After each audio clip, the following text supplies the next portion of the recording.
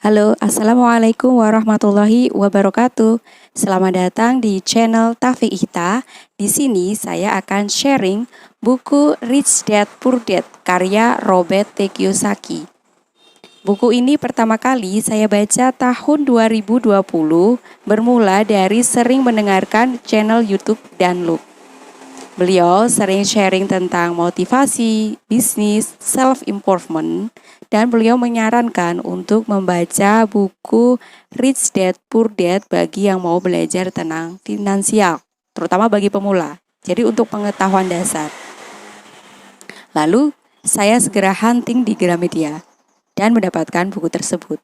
Dan ternyata buku ini tuh sudah lama bertengger di Gramedia. Rasanya tidak asing dengan gambar bukunya tersebut. Langsung aja ya. Buku ini bagian awal adalah menceritakan kisah Robert T. Kiyosaki belajar dengan ayah kaya dan ayah miskin. Ayah kaya yang dimaksud adalah ayah temannya, yang mana pendidikannya rendah, tapi bisa memiliki kesejahteraan secara ekonominya. Beliau memiliki kecerdasan finansial sehingga hidupnya sejahtera. Sedangkan ayah miskin yang dimaksud adalah ayah kandungnya sendiri, yang mana beliau pendidikannya tinggi hingga S3, tapi sepeninggal beliau justru malah meninggalkan banyak utang dan menjadi tanggungan ahli warisnya kan tentunya. Nah, dari sini beliau belajar keuangan dari ayah kaya dan ayah miskin. Bagaimana mengajarkan tentang uang ayah kaya dan ayah miskin. Nah, mengapa orang kaya semakin kaya, orang miskin semakin miskin? Menurut Robert T. Kiyosaki dalam bukunya Rich Dad Poor Dad, bahwa orang kaya itu membeli aset. Sedangkan orang miskin atau kelas menengah itu membeli liabilitas, tapi mereka mengira aset. Apa itu aset? Apa itu liabilitas? Secara sederhana, Robert T. Kiyosaki menyampaikan bahwa aset itu adalah uang masuk ke kantong kita. Sedangkan liabilitas adalah uang keluar dari kantong kita. Apa saja aset? Ada beberapa. Ada properti, saham, obligasi, surat utang, royalti. Nah, ini royalti itu bisa dari karya musik atau karya dari menulis buku. Salah satunya adalah buku Rich Dad Poor Dad ini. Buku ini untuk pengetahuan saja ya. Buku ini dicetak tahun 2000.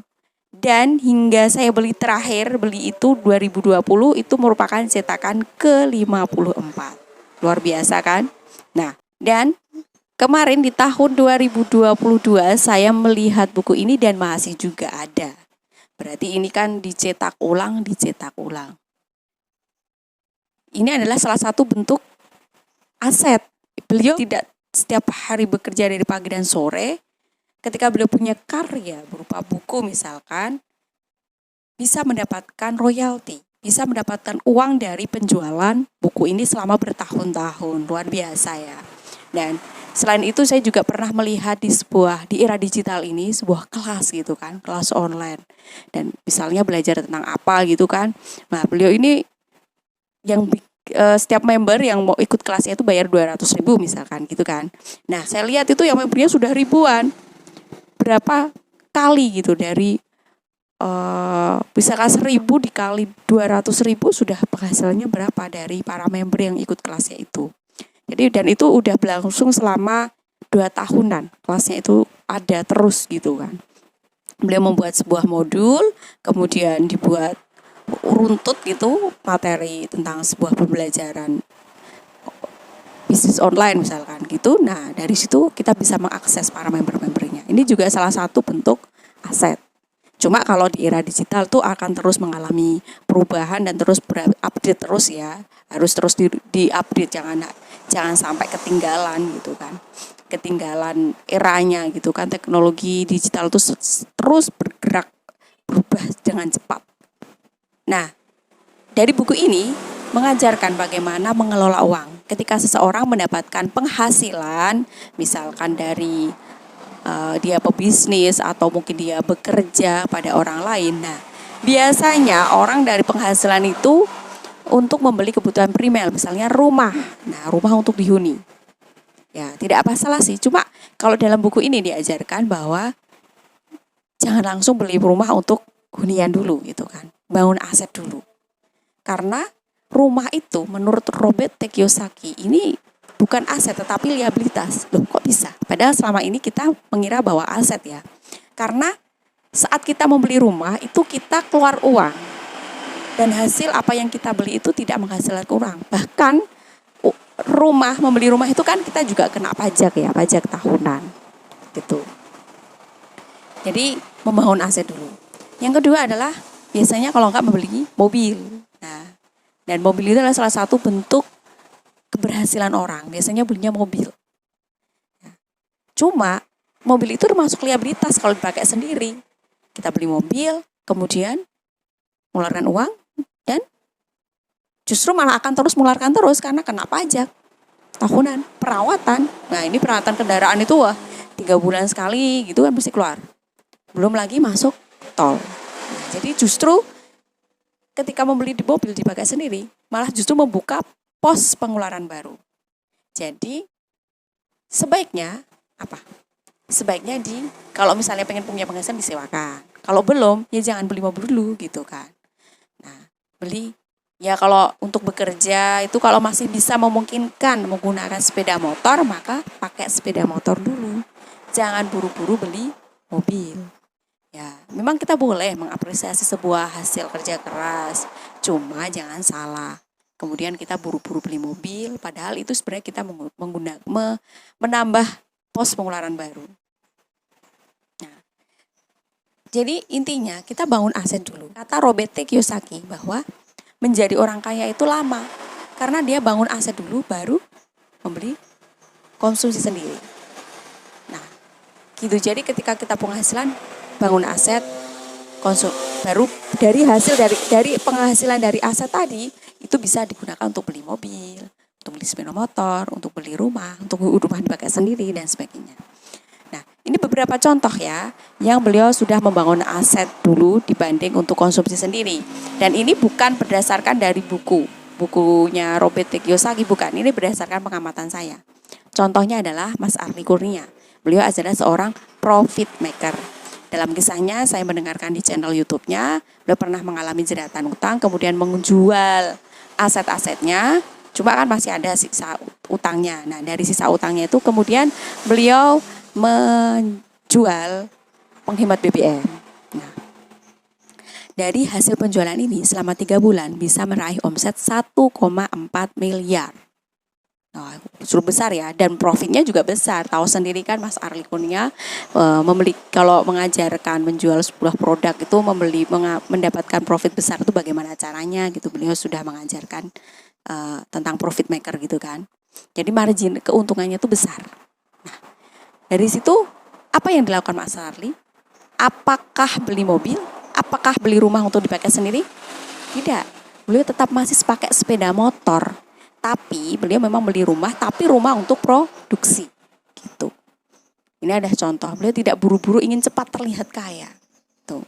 Yang kedua adalah Makmuri Handayani. Beliau pembeli tanahnya mertuanya itu dibeli 1,1 M walaupun bertahap ya pembayarannya. Kemudian membangun rumah itu 800 juta. Jadi membeli tanah dan membangun rumah itu 1,9 M. Beliau Makmuri ini bisa membeli itu, membangun rumah itu dengan senilai 1,9 M, tapi tidak buru-buru membeli mobil mewah. Padahal mungkin mampu ya, Nah, mobil beliau adalah Odyssey tahun 2007 apa ya?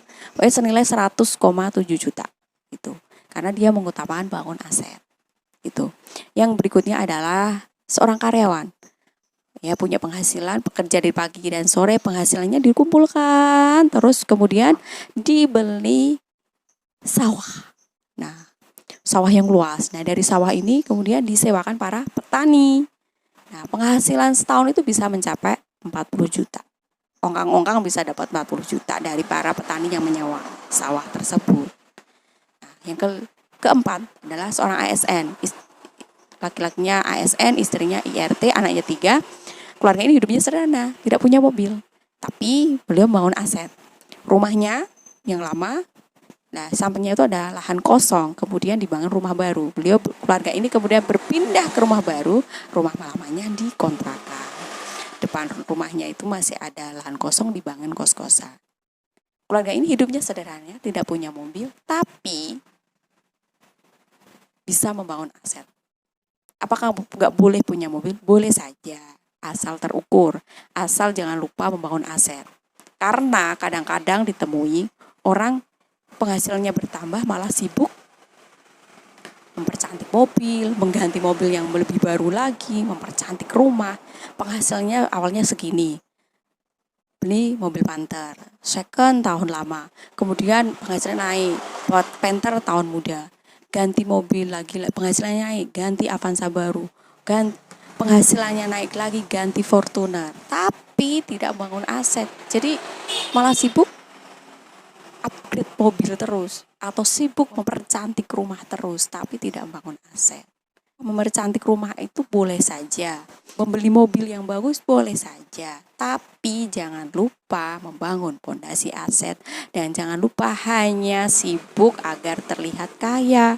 Karena kita akan capek sendiri. Pak Happy Trenggono mengatakan bahwa orang yang sibuk ingin terlihat kaya, lupa jadi orang kaya. Ya, yang baru-baru ini seperti sibuk flexing, sibuk pamer kekayaan, itu kita malah jadi lupa menjadi orang kaya. Ya karena sibuk pamer aja, malah sibuk cari uang gimana, sibuk bangun aset gimana, kan harusnya seperti itu. Tidak usahlah terlalu sibuk memamerkan kekayaan, orang akan tahu sendiri kalau kita itu memang mampu atau enggak. Gitu. Nah, itu tadi ya, sekelumit kisah-kisah dan bagaimana ilmu tentang dari Pak Robert T. Kiyosaki. Dalam buku ini juga tidak mengajarkan apa kita harus jadi pebisnis, enggak juga. Saudara perempuannya, Robert T. Kiyosaki, adalah seorang biksuni. Tapi beliau meskipun seorang pemuka agama bukan berarti ekonominya pas-pasan. Tapi hidupnya sejahtera karena tahu cara mengelola uang. Terima kasih dari saya. Wassalamualaikum warahmatullahi wabarakatuh.